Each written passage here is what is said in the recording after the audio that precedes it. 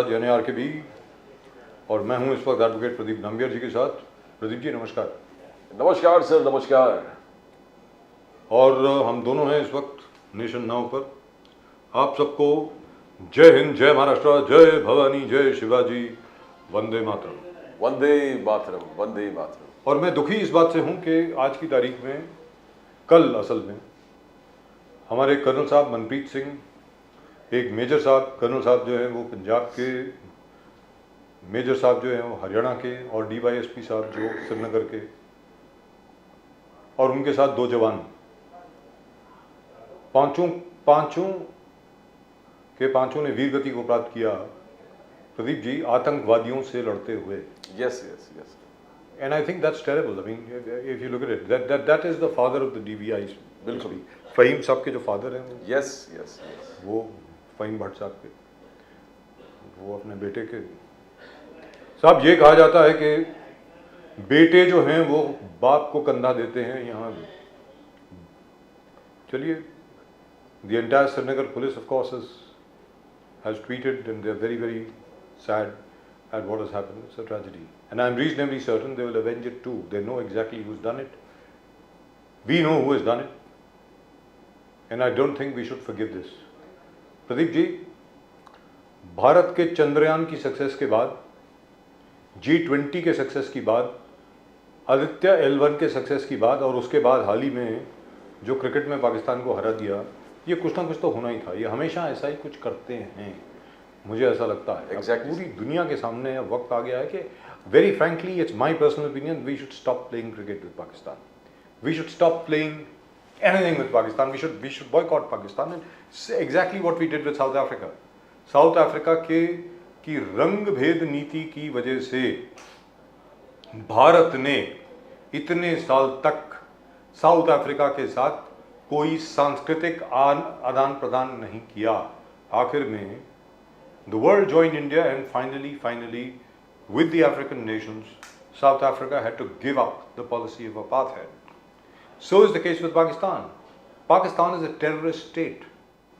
मुझे ये समझ में नहीं आता, अरे भाई, आप अगर पाकिस्तान से जीत भी गए तो कौन सी बड़ी बात हो गई? We should not to have anything to do with these kind of people. ये यही कर सकते हैं। मालूम था हमको ये होने वाला है। I'm surprised at our intelligence agencies that they were not alert enough. यहाँ पर आए वो मनप्रीत सिंह साहब, उनके 2 बच्चे हैं, मेजर साहब के भी बच्चे हैं, और ये जो लड़का फ़हीम भट्ट जो मरा है, प्रदीप जी, अभी हाल ही में उसकी मतलब Recently married. यस 2 या 3 महीने की बच्ची है उसकी। मतलब this is like terrible. This retaliation has to be like the surgical strikes or the Balakot strikes, because this is hardline Yes. terror state.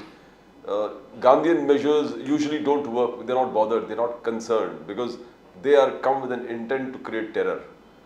Apartheid was a movement where there was a discrimination. But here there's no discrimination. This is a clear attack on our territory. They have come with inside the territory and killed our people. So there has to be proper retaliation. And if they had done a surgical strike for that, if they had done the Balakot strike for that, then this terror attack requires equal retaliation. And in it has to fact, be done. in fact, there were newspaper reports all over the place that the Hafiz Sayyid fellow has been told by the ISI that either you do something spectacular in India or else. Because if you remember, after the India-Pakistan match in Colombo, day before yesterday, thousands upon thousands of Kashmiris actually came out to celebrate Yes.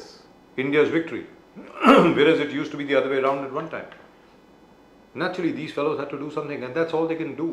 कोई मुल्क जो है अपने आप अगर कुछ नहीं कर सकता तो दूसरे का घर बिगाड़ सकता है, बस वो यही कर सकता है और कुछ नहीं कर सकता। I mean, this is like Sir, we have elected this government. This Yes. government came and were elected with thumping majority because this government showed the will to act against terror. Ever since Modi, in fact, right from 2009, 2014, 2000, every time Modi always talked about jihad as one of the greatest threat to this entire world. And his focus on becoming the Prime Minister was that we are not having sweet talks where terror is concerned. We'll smash terror with an iron hand. And that's what surgical strike हो गया, Balakot strike. So this retaliation, I think, is going to be Mr. Modi will do it. I He hope has so. to do it, and the people of this country who elected Mr. Modi I hope so. believe that he will do it, because you can't let these.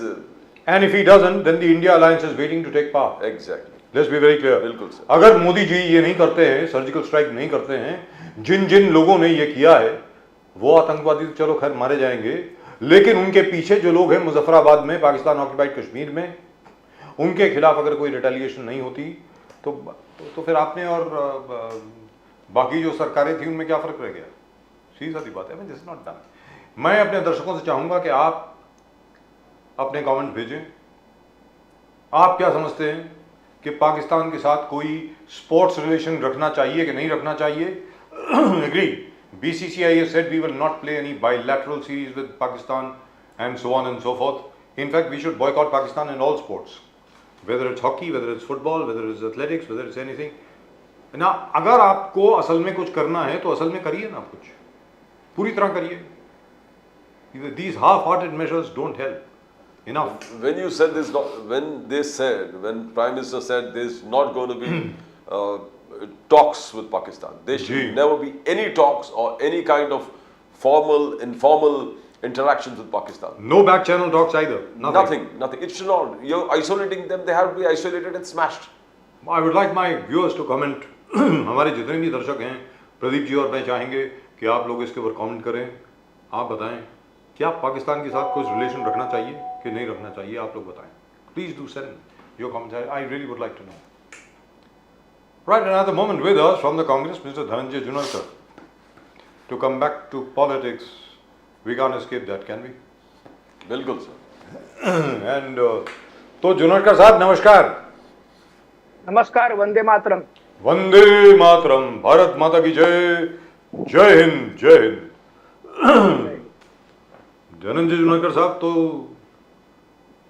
मतलब juice का glass पिला दिया गया और मराठा आंदोलन अब खत्म है.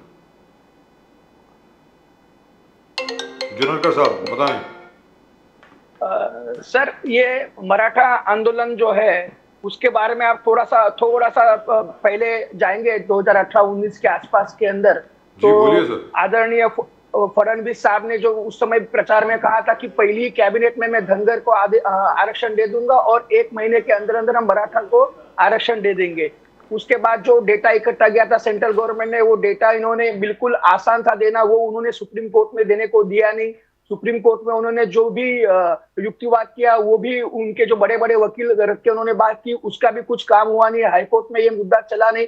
तो ये इसके लिए जो करना चाहिए, जैसे आपने ईडी के एक संजीव मिश्रा को एक बचाने के लिए, उसकी पोस्ट बचाने के लिए आप कायदा बदली कर देते हो, बहुत कुछ कर देते हो कि 370 के लिए आप अधिवेशन वगैरह बिना बुलाए बहुत कुछ कर सकते हो और आपके पास पूरी शक्ति है, बहुमत है. तो उसके बावजूद आप मराठा आरक्षण के लिए कुछ नहीं कर सकते और नहीं करते, जानबूझकर आपकी इच्छा शक्ति का अभाव है, ये आपने दिखा दिया है. और इस समय भी जो इन्होंने जाके सीएम जाके वहां उन्होंने आज को जो सुबह का वीडियो आपने देखा था कि अपन बोलून मोकळे होऊन जाऊया ऐसा करके, और उनको डीसीएम बोलते हैं यस.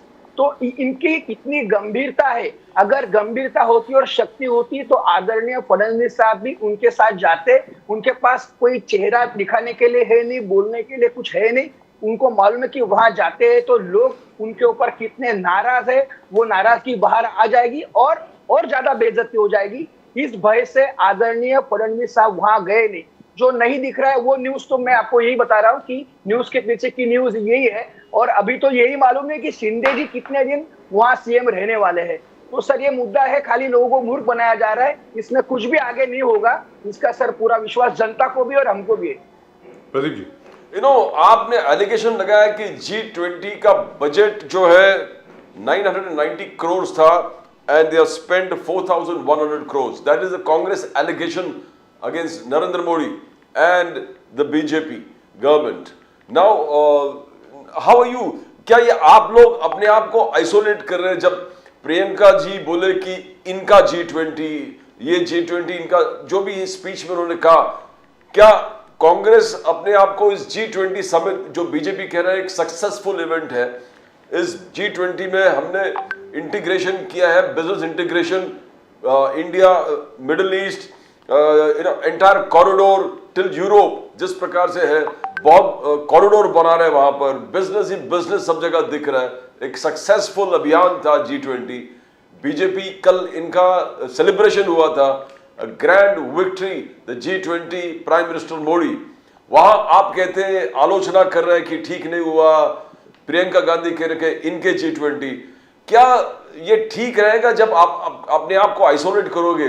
ये पूरे इवेंट जो देश का इवेंट हो रहा है, जुनरकर साहब, how do you see it? हाँ सर, ये इसके ऊपर मैं अपना जवाब देता हूं, पर पहले मेरे हाथ से बहुत बड़ी चीज छूट गई, जो गलती होगी उसके लिए मैं पहले क्षमा चाहता हूं कि जो हमारे वीर जवान वीर गति को प्राप्त हुए हैं, एक मेजर, एक कर्नल और एक डीएसपी और कुछ जवान भी, 2 जवान और हैं, 2 राइफलमैन। हाँ सर, तो सर मैं उनको सबको भावभीनी श्रद्धांजलि देता हूं, उनको सैल्यूट करता हूं, और उनके पूरे सभी परिवार के दुख में हम शामिल हैं। और उसके बाद अभी मैं आपके G20 का सर सवाल का जवाब देता हूं कि सर ये G20 जो भी ये 20 राष्ट्र है, उनका अल्फाबेटिकली आपका एक साल के बाद आपका अल्फाबेटिकली जो ऑर्डर है वो हिसाब से उनका ये प्रोग्राम होना था। तो ये प्रोग्राम जो हुआ है, इसके अंदर अगर आदरणीय नरेंद्र मोदी जी नहीं होते और इंद्र कुमार गुजराल होते और देवेंद्र फडणवीस होते तो जी, फडणवीस पकड़ो, मैं गौड़ा जी की बात कर रहा था, तो अगर वो भी होते तो देश के लिए ऑटोमेटिकली अल्फाबेटिकली जो करना चाहिए वो करते। और मोदी जी का सर ऐसा है कि वो तो कोई भी चीज का इवेंट मैनेजमेंट करना है और खर्चे का तो नो लिमिट आपको देखना ही नहीं है। देश का पैसा है, ये समझते कि ये सब कुछ अपना ही है और खर्चा करके उनको मतलब जितना भी हो सके वो दिखाना है। मुझे लगता है कि उनके मन में ये होगा कि ये मैं लास्ट का मेरे 6-7 महीने बाकी है, बाद में मैं शायद इतना बड़ा प्रोग्राम करने के स्थिति में नहीं बचूंगा, उसके पहले मैं जितना हो सकता है उतना खर्चा कर लो और जितना हो सकता है उतने बड़े बड़े देशों के प्राइम मिनिस्टर को गले मिल लो, क्योंकि इसके बाद कोई चांस आने वाला नहीं, इनको वापस गुजरात में जाके बैठने का है। वो हिसाब से वो उनका बिहेवियर मुझे लग रहा है, अंतर से अंतरात्मा उनकी वैसी बोल रही होगी। और G20 का उसमें क्या जीत हुआ, मुझे कुछ भी इसमें समझ में नहीं आ रहा है। जो राष्ट्र के अपने अपने मुद्दे थे, अपने अपना स्वार्थ था, वो अपना अपना काम कर रहे हैं। फ्रांस से लेके, ब्रिटेन से लेके, अमेरिका से लेके बड़े बड़े 3-4 राष्ट्र से हमको उनके वेपन्स परचेस करने, बिजनेस करना है। तो भारत को किसी भी प्रकार से नाराज करने की क्षमता में आज की तारीख में कोई भी बड़ा देश नहीं, क्योंकि उनको हमसे बिजनेस करना है। बाकी जो 4-5 राष्ट्र है वो न्यूट्रल है, 1-2 हमारे शत्रु है, उनको अभी रशिया के हिसाब से चाइना का भी संबंध उनके साथ अच्छा है, वो हिसाब से उनको भी कुछ बहुत बड़ा शब्द वहां लेके कुछ करना नहीं था। तो इसमें विक्ट्री क्या हुई समझ में नहीं आया। काफी बड़े राष्ट्राध्यक्ष तो आए भी नहीं, फिर भी हम ये समझते हैं कि अपने देश के भूमि में अगर कोई प्रोग्राम हुआ है और देश को अगर 4,4100 करोड़ जो भी खर्चा हुआ उसके सामने थोड़ा बहुत भी कुछ फायदा हो जाए, क्योंकि टैक्सपेयरों का पैसा था, तो भी हम उसकी खुशी में हम खुश है। INDI alliance, Congress, INDI alliance और आम आदमी पार्टी, जितने भी घटक दल है, सुप्रिया सुले, एनसीपी, सब लोग ने निंदा किया है, बोले कि यहाँ पर एक टेरर अटैक हुआ है कश्मीर में, and prime minister was celebrating the G20 success with the BJP headquarters में। तो क्या आपको लगता है कि जैसे इंडिया अलायंस, कांग्रेस का कहना है कि ही शुडंट हैव सेलिब्रेटेड, जैसे मालूम पड़ा सेलिब्रेशन को रोकना चाहिए था, एंड श्रद्धांजलि और जो भी अर्पित अपने action plan in retaliation for this जो भी करना है वो करना था। क्या ये सेलिब्रेशन में उलझना, सेलिब्रेशन G20 सक्सेस करना उतना जरूरी था जब एक अटैक हुआ है कश्मीर में, टेरर अटैक, और हमारे वीर शहीद हुए हैं? तो आलोचना हो रहा है, इंडिया अलायंस के हर मेंबर से आलोचना हो रहा है। आप इसको कैसे देखते हो? हाउ डू यू सी जुनकर साहब? सर इसको आपको बहुत बड़े परिप्रेक्ष्य में आपको देखना पड़ेगा। छोटा सा उदाहरण, तो एक कॉमन सेंस वाला मैं आपको बात बताता हूं कि मान लो एक रोड से कोई शव यात्रा आ रही है और रोड के डिवाइडर के इस तरफ से कोई शादी जा रही है जिसका बैंड बाजा बज रहा है, लोग आगे नाच रहे हैं, लेकिन जब भी वो शव यात्रा अगर उसके करीब आ जाती है तो शादी का बैंड भी रुक जाता है, लोग नाचने का छोड़ देते हैं। जब तक कि शव यात्रा वहां से पास होके दूर तक नहीं चली जाती, जब तक यहाँ कोई म्यूजिक नहीं बजता, ये अननोन व्यक्ति के लिए ये त्याग करता है और अपना दुख प्रकट करता है। सर, इतनी इंसानियत और इतना कॉमन सेंस पूरे देश में, पूरी दुनिया में है, लेकिन आज की तारीख में नरेंद्र मोदी जी से कोई कॉमन सेंस और संवेदना की बात करना अपने आप में मूर्खता है। और मैं अभी ये बताने जा रहा हूं आपको कि ये इनका एक छोटा सा गलती नहीं, ये इनका बैकग्राउंड ही पूरा वैसा है। आज 1925 में आरएसएस की स्थापना हुई है, आरएसएस का प्रोडक्ट बीजेपी है। 2025 में इनको 100 साल हो जाएंगे। आप सर ये सोचिए कि गए 100 साल में इनके थिंकिंग में, इनके दिमाग में राष्ट्र के प्रति अभी तक कोई भी प्रेम, कुछ भी माया और विश्वास और ताकत बिल्कुल नहीं नजर आ रही, क्योंकि भारत की आजादी के अंदर से लेके इन्होंने कोई काम किया नहीं। हेडगेवार या गोलवलकर नाम का कोई भी आदमी कहीं शहीद हुआ हो या 1 महीना 15 दिन के लिए भी जेल में गया हो, ऐसा कोई रिकॉर्ड आपने 100 साल में देखा नहीं है। हम वो चीज भी भूल जाते हैं। भारत छोड़ो के आंदोलन में भी वो लोग नहीं थे, और ब्रिटिशों की जो आर्मी उस समय भर्ती हो रही थी, उस समय इन लोग के जो चहीते लोग थे वो उनको बोल रहे थे कि ब्रिटिश के सैन्य में आप शामिल हो जाओ, पर सुभाष चंद्र बोस के साथ शामिल होने में इन लोग को तकलीफ हो रही थी। सर, थोड़ा और हम लोग आगे आ जाएंगे तो 99 कारगिल के अंदर आप देखिए जो शवपेटियों का घोटाला हुआ, उन्होंने जो 500 जवानों के लिए शवपेटियां मंगाई, वो 13 गुना उसकी प्राइस ज्यादा थी। तो ये लोग न झंडे की, हमारे राष्ट्र ध्वज की कोई इज्जत करते हैं। इस आरएसएस ने 50 साल में अपने हेडक्वार्टर पे राष्ट्र ध्वज लगाया नहीं। ये राष्ट्र ध्वज के 3 रंगों को ये बोलते कि 3 कलर ये पनौती होते, 3 तिगारा काम बिगाड़ा, इस प्रकार का उनका। सर, बाकी सब तो ठीक है, एक छोटी सी बात जुनेकर साहब, बड़ी छोटी सी बात, माइंड मत करना। नहीं सर, माइंड मत करना, और माइंड करते भी हो तो कोई बात नहीं, आप तो हमारे मित्र हैं, हम बोल सकते हैं। सर, राष्ट्रीय स्वयंसेवक संघ ने अपने हेडक्वार्टर्स में तिरंगा इसलिए नहीं फहराया क्योंकि भारत सरकार की तिरंगा फहराने की हर एक को इजाजत नहीं थी। तिरंगा सिर्फ और सिर्फ सरकारी इमारतों पर ही फहराया जा सकता था। ये चेंज हुआ, वो क्या नाम था उनका, जिंदल साहब, जो कोर्ट में गए और सुप्रीम कोर्ट का ऑर्डर आया कि कोई भी भारत का नागरिक अपने घर पे, अपनी बिल्डिंग पे जहां मर्जी तिरंगा फहरा सकता है। उसके पहले flag code was in operation. Sir, flag code operation में था। ये बात आपकी बिल्कुल ठीक है कि 1947 में आज़ादी के वक्त आरएसएस को ये झंडा पसंद नहीं था और उन्होंने नहीं फहराया, लेकिन 1950 में, 51 में, 52 में फहराया। उसके बाद flag code came into operation. तब से लेकर के जब तक के अटल बिहारी वाजपेयी बने प्रधानमंत्री 99 में, और उन्होंने मीटिंग करी नागपुर में कि भाई अब परमिशन मिल गई है, अब हमें झंडा फहराना है। तो सर, आप भी अब वो बीजेपी के आईटी सेल वाला काम मत करो ना सर, मतलब वो ज्यादातर तो वो लोग ऐसा करते हैं। ये तो रही झंडे की बात, मैं बाकी उसके ऊपर कोई कटाक्ष नहीं कर रहा जी। सर, जो जब भी पुलवामा हमला हुआ था उस समय भी आदरणीय मोदी जी वो कुछ अलग ही प्रकार के सफारी देख रहे थे, और अपने जिम कॉर्बेट नेशनल पार्क में उनका दौरा था, आपने वो देखा था। तो उसके बावजूद उनको न्यूज जब भी मिली, समझो ये तो समझो उनका प्रोग्राम जो भी है पहले से फाइनल होता है, लेकिन न्यूज मिलने के बाद उनका जो भी एक आचरण होना चाहिए वो आचरण तो उस समय भी हमने नहीं देखा। या आज अनंतनाग की बात करें तो बहुत सुबह सुबह सर ये हुआ है हादसा, हमारे जवान वीर गति को प्राप्त हो गए, ये न्यूज भी उनको 2 मिनट में मिली गई होगी।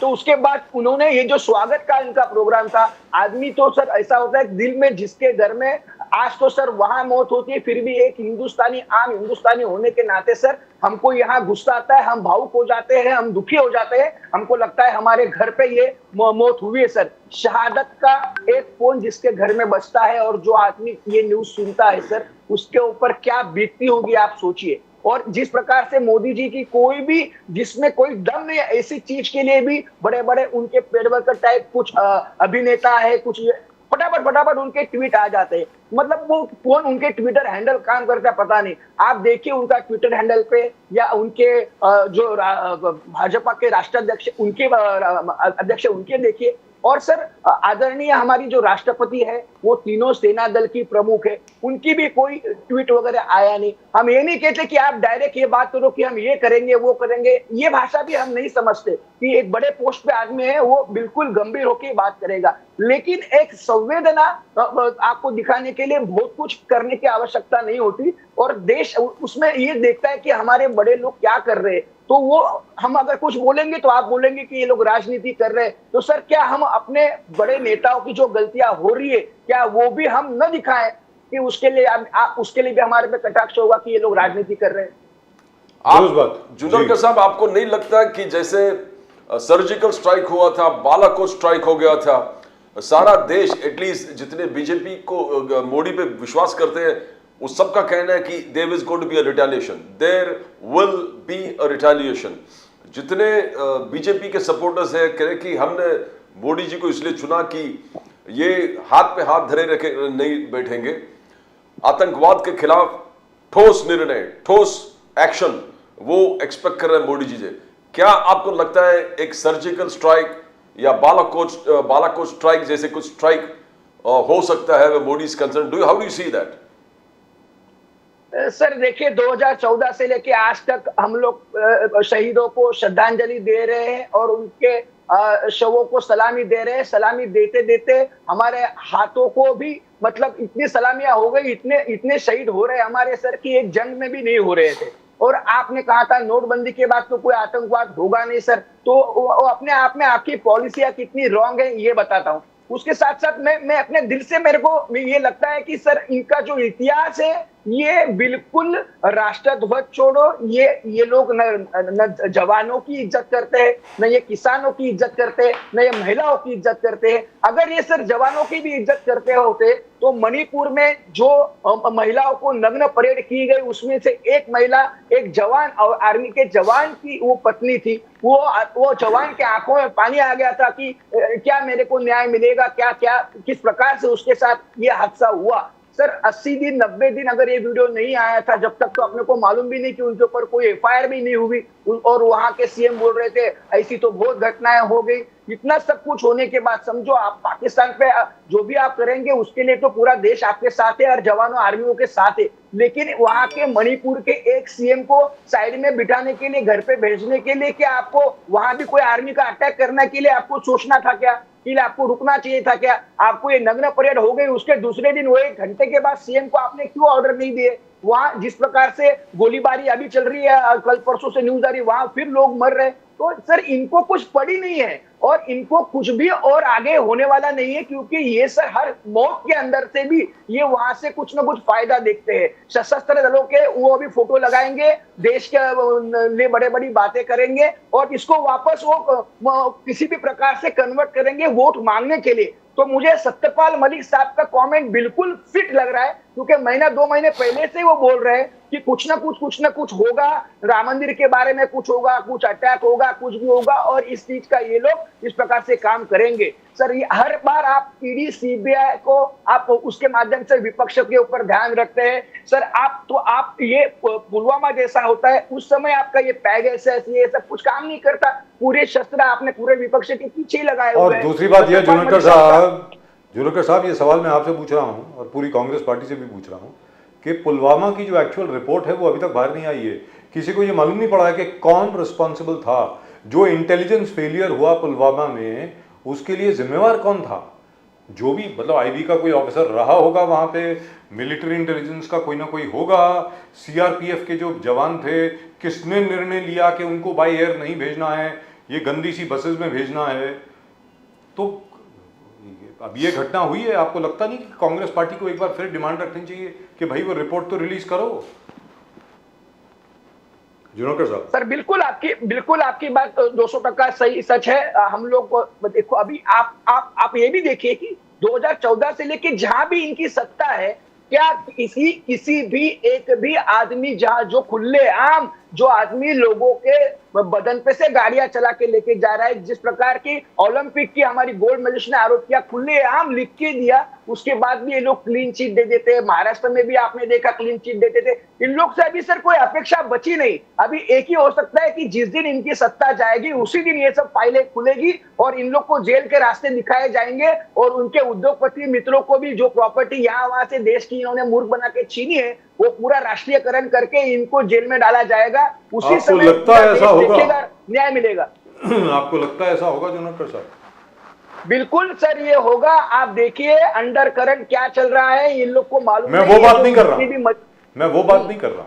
हो सकता है कि आप लोग जीत जाएं, हो सकता है कि इंडिया अलायंस जीत जाए, लेकिन सर मैं पत्रकारिता में बहुत सालों से हूं, बहुत ज्यादा सालों से, 40 साल हो गए। 1982-83, 40 से भी ज्यादा हो गए प्रदीप जी, 41 साल हो गए, 41 years. I have been a journalist for 41 years sir. Sir आप ये बताएं, मैंने जो सरकारों को देखा है, कांग्रेस की सरकार हो, बीजेपी की सरकार हो, बीच में देवेगौड़ा साहब की सरकार थी, आई.के. गुजराल साहब की सरकार थी, उसके पहले विश्वनाथ जी को भी देखा हमने, विश्वनाथ प्रताप सिंह जी को, चंद्रशेखर जी को भी देखा है। क्या आपको लगता नहीं है मतलब कि आप जब सत्ता में आएंगे तो आप भी इसी तरह इन्हीं तंत्रों का दुरुपयोग करेंगे? आपको लगता है जो भी सत्ता में आएगा वो इस किस्म की पावर को छोड़ेगा? और अगर आप ऐसा करेंगे तो आप जैसा महात्मा कोई नहीं है। जोनाकर साहब। सर ऐसा है, इसका आप खुद ही देखो। आपके अनुभव के सामने मेरा कोई क्षमता नहीं। मैं एकदम छोटा सा, एक अपात्र, छोटा सा, एक बोलने की प्रयत्न करने वाला छोटा सा मैं कांग्रेस का सिपाही हूँ। आपके नॉलेज के सामने मैं जीरो हूँ, पर मैं आपके बोलने के इसके अंदर सर आप बिल्कुल शक्ति कपूर की तरह बात कर रहे हैं। नहीं मैं छोटा सा, नन्ना सा, भोला सा बच्चा हूँ मतलब, और उसके बाद जाकर के वो किसी का कत्ल कर देता है, किसी का रेप कर देता है। बिल्कुल वैसे ही बोल रहे हैं सर आप। जी बोलिए प्लीज, माइंड मत करिए, बोलिए सर, बोलिए।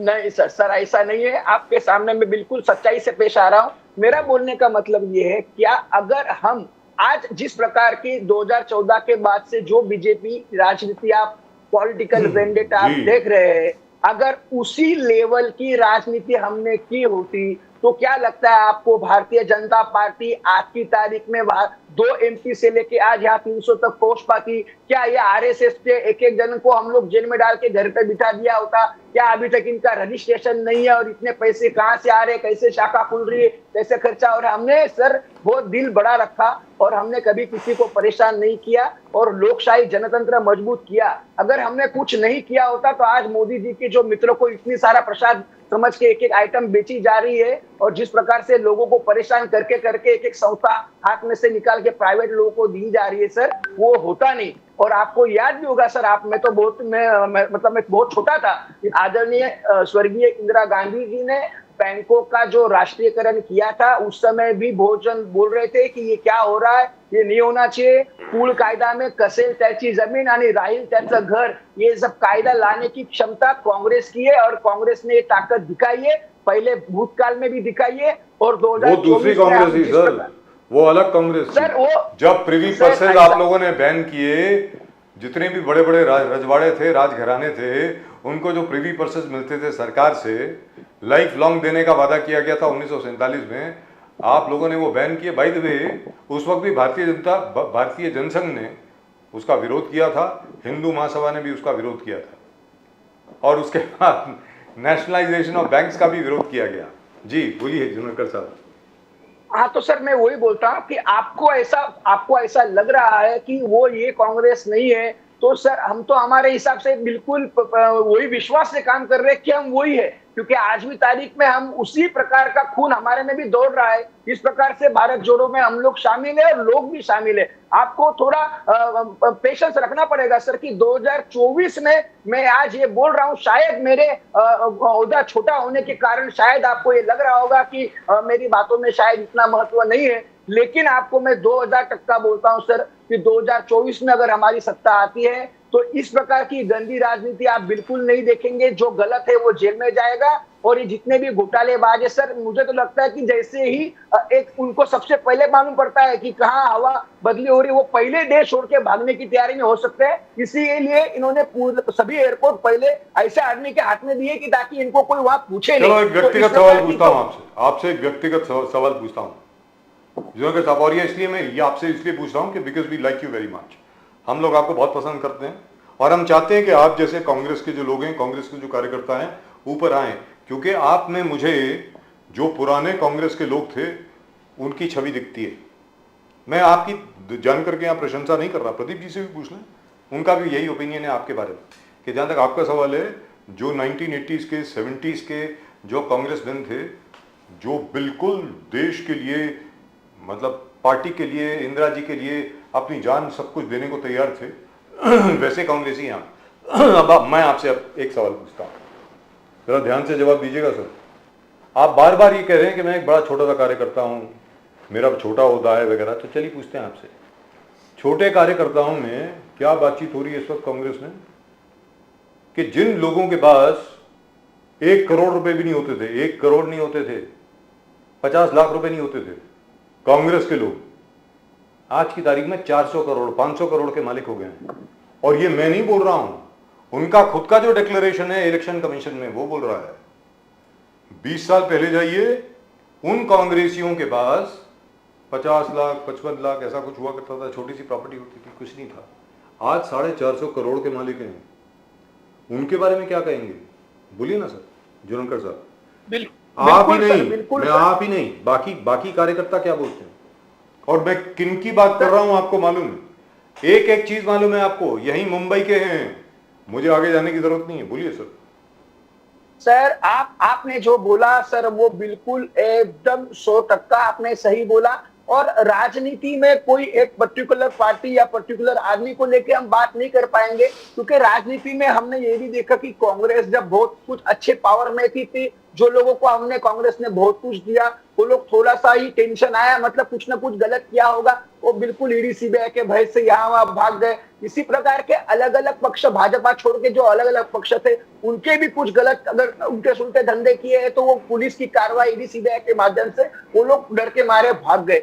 तो सर ये जो इस प्रकार का जो स्वभाव है, लालच है, माया है सर, ये कोई पार्टी देख के किसी के अंदर नहीं जा सकती सर। ये एक कोई भी आदमी में ये चीज हो सकती है, ये दुर्गुण है। और हर आदमी एकदम महात्मा गांधी जैसा टॉवेल पहन के वो पूरा देश घूमने चला जाए, राजकारण करे, वैसे दिन भी अभी नहीं बचे हैं। और लोग भी सर, आज मैं मेहनत करता हूँ, मैं मोटरसाइकिल पे, बाइक पे, एक्टिवा पे किधर जाता हूँ, कार्यकर्ता के हिसाब से काम करता हूँ, तो मेरे को वो रिस्पेक्ट नहीं मिलता जो मेरे से छोटी पोस्ट वाला अगर कोई बड़ी सफारी में अगर आ गया, कोई बड़ी गाड़ी में आ गया, तो लोग उसको ज्यादा रिस्पेक्ट करते हैं। और ये इस प्रकार का सर दिखावा है, हाथ में 4 अंगूठी पहन के आप शिरडी के लिए 4 बसेस भेजने की तैयारी रख सकते हो, दहीहंडी में आप 1-2-5 हजार टी शर्ट छाप सकते हो। लोग सवाल ये पूछते ही नहीं कि ये 5-5 हजार टी शर्ट कहाँ से ये लेके आ रहा है। हमको तो हमारे खुद के बनियान फैमिली के तो अपने को बजट का सोचना पड़ता है कि मुझे इतना खर्चा करना पड़ेगा। तो सर ये राजनीति में लोग भी वैसे हो गए, लोगों की अपेक्षा वैसी हो गई है। अगर आपके पास गणपति की अभी कोई पावती पढ़ने आया, अगर मैं बोलता हूँ सर 11 रुपए लिखो, तो सर मेरी कोई वैल्यू नहीं है। वो बोलेंगे इसके पास कुछ नहीं है। मेरे को साहब हर चीज चेंज हो गया वो, आज के लोग। तो मैं वापस वो टेरर पे आ जाता हूं, आपसे पूछ रहा हूं 26/11 मनमोहन सिंह इन एक्शन यानी नो एक्शन, तो वो था नरेंद्र मोदी का वापस मींस वापस नहीं आना। Narendra Modi people wanted because Narendra Modi said national security, nationalism, तो दीज 2 पिलर्स जो बोले, और people said the country is safe with Narendra Modi with rather than Manmohan Singh who doesn't act at all, inaction, वो था। और people elected Modi second time with absolute good majority. Now BJP का कहना, कल ही आज ही उन्होंने डिक्लेयर किया कि देखो हमने बॉर्डर को कितना बॉर्डर कनेक्टिविटी जबरदस्त तरीके से, जो इंडिपेंडेंस से लेके आज तक 2 एयरपोर्ट बॉर्डर पे, 2 हेलीपैड बॉर्डर पे, 22 रोड हमने बॉर्डर टच बना दिए। बीजेपी का कहना 63 ब्रिजेस हमने बना दिए, 295 BRO प्रोजेक्ट्स जो बॉर्डर कनेक्टेड है, बॉर्डर जो जितने बॉर्डर को सेफ एंड सिक्योर और कम्युनिकेबल बनाने के लिए, मोबाइल बनाने के लिए मोदी जी ने हजारों करोड़ खर्चा किया। क्या आपको लगता है कि ये सब होने के बावजूद टेरर स्ट्राइक्स हो रहे हैं? Something is missing, something is wrong where the BJP says that we have done this and in spite of that these things are happening, because ये जो टेरर अटैक है, it is not a small thing, it is a very very serious thing. Now BJP का जो claim है, लोगों को जो aspirations है, वो कहीं ना कहीं मैच नहीं हो रहा है। हाउ डू यू सी जुनालकर साहब? सर वही आपने अभी जितनी भी बातें गिनाई सर, वो सभी बातों में परस्पर विरोध कैसा है आप खुद ही देख लीजिए। मोदी जी ने इतना कुछ किया है, आपने बोला बीच में उनका एक नहीं, हमने ये भी बोला था कि मैंने एक वो पर्टिकुलर उत्तर भारत में कहीं एम्स की बात कर रहे थे, वहां तो बिल्कुल उजड़ा हुआ खेत था, वहां कोई एम्स वगैरह कुछ बनाया नहीं था, फिर भी कहा वहां हमने वो एम्स बनाया हुआ है। तो मैं चाहता हूं कि भगवान को मेरी प्रार्थना है, अगर इन्होंने जितनी भी बातें कही अगर वो देश के लिए अगर होती है तो हर नागरिक खुश होगा, वैसे मैं भी खुश होगा क्योंकि मैं भी देश का नागरिक हूं। और अगर इतनी शक्ति इन्होंने की है और इतना कुछ बनाया है और इतना कुछ करने के बाद ये अपने आप को विश्वगुरु की उपाधि भी दे रहे, तो उसके बावजूद और मार खाने के बावजूद पाकिस्तान अगर ये गलतियां कर रहा है और टेररिस्ट भेज रहा है, तो इसका मतलब सर इनकी ये बातचीत में कोई दम नहीं है। ये मैसेज पाकिस्तान में है क्या कि ये कि जो बोल रहे हैं वो सब छल कपट है, इनके बोलने में कोई दम नहीं, इनके आंकड़ों में कोई दम नहीं है, इसके लिए इनके बातों को ध्यान मत दो, ये पाकिस्तान सोच रहे हैं का सर। उसके साथ साथ आज 48 आवर्स पहले की एक न्यूज में मैं आपको बताना चाहता हूँ कि सर उनके ही बीजेपी के एमपी सुब्रमण्यम स्वामी जी ने कहा है कि चीन ने लद्दाख की 4067 वर्ग किलोमीटर जमीन हड़प ली है और चीन के सामने मोदी जी ने अपने आप को सरेंडर कर दिया है। क्या ये न्यूज उन्होंने उनकी है और ये उनके ट्विटर लाइन पे भी आप जाके देख सकते हैं। ये तो कोई कांग्रेस का आदमी नहीं, वो सुब्रमण्यम स्वामी साहब बहुत पहले से बोल रहे हैं, ये डॉक्टर सुब्रमण्यम स्वामी बहुत पहले से बोल रहे हैं। हाँ, तो हमारा बोलना यही है कि जब चाइना की बात आती है तो आपका विरोध खत्म हो जाता है, आप खाली उनके 10-20 ऐप बंद करके चुप बैठ जाते हो, बाद में वहां से आपका जो भी माल लेना सब चालू रहता है, आपकी विजिटें चालू रहती है। तो सर ये आप अगर हमको आज की तारीख में सर आप देखो कि एक पाकिस्तान एटॉमिक पावर है, वो एटॉम बम अगर आप हटा दो उधर से, तो पाकिस्तान सर साउथ अफ्रीका के जो गरीब और भिखारी टाइप के राष्ट्र है, मतलब इतनी गरीबी है, उससे भी बेकार पाकिस्तान की हालत सर हो गई है। तो उसको हम लोग उतना महत्व दे रहे हैं। हमारा अभी शत्रु चाइना है, उसको देख के हम पॉलिसी बना रहे हैं सर। तो उसके लिए चाइना के खिलाफ भी कभी एक ट्वीट आ जाएगा, कोई जमीन इन्होंने ली नहीं है, आज की तारीख में ये बोल रहे हैं, और वहां के फिर राज्यपाल भी सब कमेंट कर रहे हैं। सर क्या आपको लगता नहीं कि हम ये डबल ये कर रहे हैं यहाँ भी? लेकिन बीजेपी का तो ये कहना है कि कांग्रेस का कोई गुप्त करार हुआ है चाइनीज कम्युनिस्ट पार्टी के साथ, ऐसा बीजेपी का कहना है। सर अगर आप तो कहते हैं कि कांग्रेस मुक्त भारत है, कांग्रेस की कोई वैल्यू नहीं है, राहुल गांधी को आप पप्पू टप्पू बप्पू क्या क्या बोल के करोड़ रुपया खर्चा करके आप उसका कैरेक्टर असैसिनेशन करते हैं, तो एक ऐसी कोई पार्टी के साथ कोई क्यों गुप्त करार करेगा? और ये सर आरएसएस की स्टाइल है, पुरानी स्टाइल है। पहले ये लोग मराठी में उसको कुछ-बुछ बोलते थे, अभी ये व्हाट्सएप वाला काम हो गया, चुपचाप झूठ बोलो और बार-बार झूठ बोलो। एक झूठ अगर 100 बार बोला जाएगा तो वो आपको बिल्कुल सच लगना शुरू हो जाएगा। तो सर ये अगर हमको इस प्रकार का बात करते तो इनके पास सभी प्रकार की साधन है, सभी प्रकार के पूरे तो लोग क्या इसमें विश्वास करेंगे? जो प्रदीप जी ने आपसे सवाल पूछा, हाँ, उसका जरा जवाब दें। 26/11 पर आदरणीय सम्माननीय डॉक्टर मनमोहन सिंह के ऊपर काफी कटाक्ष किया गया कि उन्होंने कोई रेस्पॉन्स नहीं दिया। ताज के ऊपर अटैक हुआ, ओबरॉय पर अटैक हुआ, हमारे हॉस्पिटल पर अटैक हुआ, कामा नॉबलस हॉस्पिटल जो है वहाँ पर, उसके अलावा जो CST के ऊपर अटैक हुआ, छाबाद हाउस के ऊपर अटैक हुआ, तो उसका कोई अच्छा रिस्पांस नहीं मिला मनमोहन सिंह जी के द्वारा। तो इसलिए आखिर में 2014 में 3 साल के बाद नहीं, 6 साल के बाद मनमोहन सिंह साहब हारे और नरेंद्र मोदी जीत कर आए।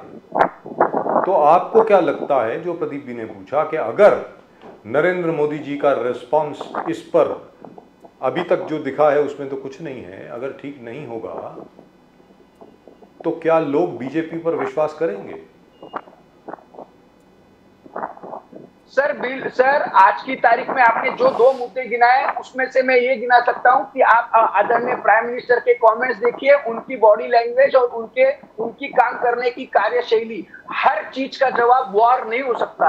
आप सुबह से उठ के लेके चलो उधर अटैक कर दो, खत्म कर दो, ये हो नहीं सकता। पहले जैसा जब जिसके पास भी एटॉमिक पावर नहीं था उनका वॉर, और आज की तारीख में सभी छोटे से छोटे राष्ट्र कहीं से कुछ भी व्यवस्था करके काम कर सकते, सब कुछ सोच के दिमाग से काम करना पड़ता है। और उसमें जो चीजें आपके सामने नहीं आई, काफी चीजें उस समय हुई, पर्दे के पीछे हुई, और उन लोग ने क्या करना चाहिए क्या नहीं करना चाहिए उसके बाद काफी समय सब कुछ शांत भी रहा, आपने वो भी देखा होगा। और आदरणीय मोदी जी की आप बात करें सर, 2014 में हम लोग की गलती ये थी कि ये जिस प्रकार के से रामदेव बाबा, अन्ना हजारे, जिसको इन लोग ने, और 8-10 न्यूज टीवी चैनल जो 24 घंटा बिना काम की न्यूज दिखा के लोगों को मूर्ख बना रहे थे, जिस प्रकार से एक एक नेताओं के ऊपर करप्शन के आरोप कर रहे थे, और कांग्रेस आरोप के बाद इमीडिएट उसका इस्तीफा ले रही थी, ये सब हमारी गलतियां हुई। हमने उस समय अगर इस चैनलों को, अगर इनके ऊपर कोई हमारा ये जिस प्रकार से आज इन लोगों ने हैरान किया है, वैसा अगर हमने कुछ किया होता तो कुछ इफेक्ट, कम से कम इतना बोला होता कि आप सच दिखाइए, हमने उतना भी नहीं किया। हमने इतना फ्री प्रेस को हमने महत्व दिया, ये फ्री प्रेस को हमने महत्व दिया, इसकी ये हमारी गलती है क्या? और हमने ये जुनरकर साहब, राहुल गांधी बाइक एक्सपेडिशन लेके लद्दाख में गए। राहुल गांधी जी बोले कि हमारे जो फार्मिंग लैंड है वो अंडर चाइनीज ऑक्यूपेशन है। राहुल गांधी कहा कि हमने किसानों के साथ बात की, वहां के लोगों के रेसिडेंट्स, स्थानीय निवासियों से बात की, उनके साथ मिलके गपशप किए। उन्होंने बताया कि grazing lands are in Chinese position, we can graze there now. मगर वहां के एलजी है ब्रिगेडियर मिश्रा। ब्रिगेडियर मिश्रा कहता कि मैं भी पूरे लद्दाख घुमा हूं, and I challenge and I want to know from Rahul Gandhi that India का 1 इंच जमीन भी चाइनीज ऑक्यूपेशन में नहीं है। वहां का एलजी ब्रिगेडियर मिश्रा जी कह रहे हैं। Now this is the government official position, he is the LG Junarkar साहब। Now how do see, Rahul Gandhi ji भी गए बाइक, बोलिए। सर ऐसा है कि आप वो अभी आपकी बातों पे कोई विश्वास नहीं रहा, मतलब बीजेपी के नेताओं के बातों पे कोई विश्वास पे नहीं रहा, तब आर्मी के ड्रेस के अंदर आर्मी वाले के माध्यम से आप प्रेस कॉन्फ्रेंस करा रहे हैं। अगर आप एलजी और राज्यपाल को आप अगर इतना महत्व देते तो सत्यपाल मलिक भी आपका ही आदमी था, उसने जो कुछ बोला उसके लिए आप क्या वैल्यू दे रहे? और सर बीजेपी के वहां का एमएलए चुने हुए लोग, उनके रोते हुए के वीडियो है कि हमारा खेत चला गया और हमने गलती कर दी कि हम बीजेपी को वोट दिया और हम लोग बीजेपी को यहाँ लेके आए, इसके लिए उनके रोते हुए वीडियो सर आप सोशल मीडिया में देख सकते हैं। तो ये बड़ी झूठ बात है। और मोदी जी में अगर शक्ति है, सचमुच है, तो ऑल कॉन्फ्रेंस सबको मीटिंग बुलाए, सभी पार्टियों को बुलाए और वहां लेके चले कि यहाँ हुआ ये नहीं हुआ है। अमेरिका तक की वहां की न्यूज है, सैटेलाइट से उनके पास फोटो है कि पहले ये हम अपने पास था, यहाँ बाहर की फौज वहां तक जा रही थी, अभी बाहर की फौज वहां नहीं जा पा रही है। वहां उन्होंने रास्ते बना दिए, वहां उन्होंने गांव बना दिए, वहां उन्होंने कॉलोनी बना दी, वहां उन्होंने अपने नाम तक वहां दे दिए, और भारत के प्रदेशों को चाइना के नाम तक वो दे रहे, वो वहां के नाम चेंज हो रहे। और यहाँ सब ये गांधी फैमिली को गाली देके हमारे नाम की पट्टियां बदली करने में ही इसमें आप सुखी और इसमें खुश है। धनंजय जुनेरकर साहब, बहुत बहुत धन्यवाद आपका हमारे साथ जुड़ने के लिए। Thank you so much sir, always a pleasure talking to you, even though the subject today was very very serious. हमारे जो 5 सिपाही हैं वो शहीद हुए हैं, उनको सबकी ओर से भावभीनी श्रद्धांजलि। मैं उम्मीद करता हूं कि बहुत अच्छी तरीके से इसका जवाब दिया जाएगा। नमस्कार। बिल्कुल सर, बिल्कुल सर, सैल्यूट सर।